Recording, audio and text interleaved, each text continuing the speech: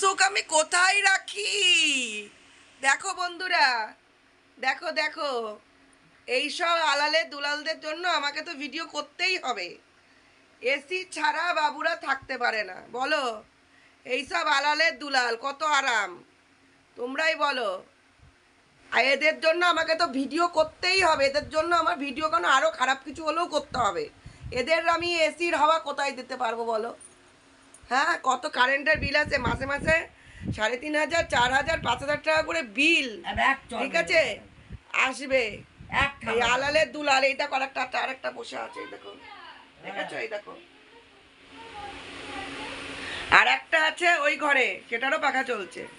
তাহলে এদের জন্য আমাকে ভিডিও কেন, ভিডিওটা নাই ওয়াইটি এসেছে তাই মানে করতে পারছি। আর না হলে এদের জন্য যে আমাকে সত্যি সত্যি কি খারাপ কাজ করে বেড়াতে হতো তার ঠিক নেই। আমাকে তাও করতে হতো, তাও আমি করতাম।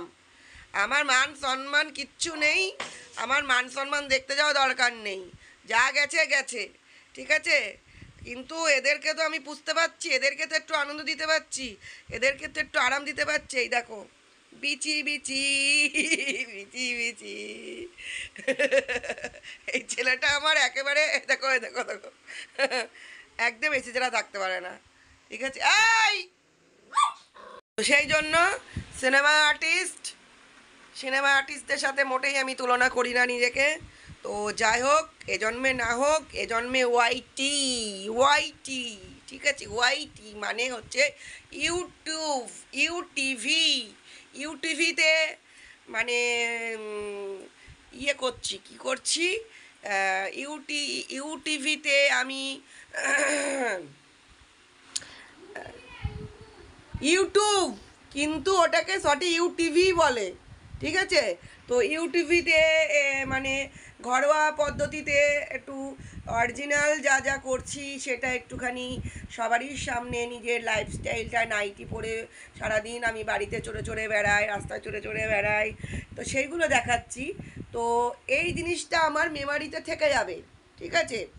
এই জিনিসটা আমার মেমারিতে থেকে গেলে আমার আসলে খুব শখ ছিল জীবনে আমি একটু সিনেমা আর্টিস্ট হব, সিনেমা দেখব, মানে করব, ঠিক আছে। আমার জীবনে খুব শখ ছিল, তা পারলাম না তো। তা ভগবানের কাছে যা চাওয়া যায় তাই পাওয়া যায়। তা সিনেমার জগতে নিয়ে যেতে পারিনি, তো ইউটিভিটাতে আমাকে নিয়ে আসতে পেরেছে ভগবান। তো যাই হোক, এবার এ জন্মে আমি ইউটিভিতে আমি অভিনয় করছি, অরিজিনাল যা হচ্ছে সেটাই আমি তুলে ধরছি।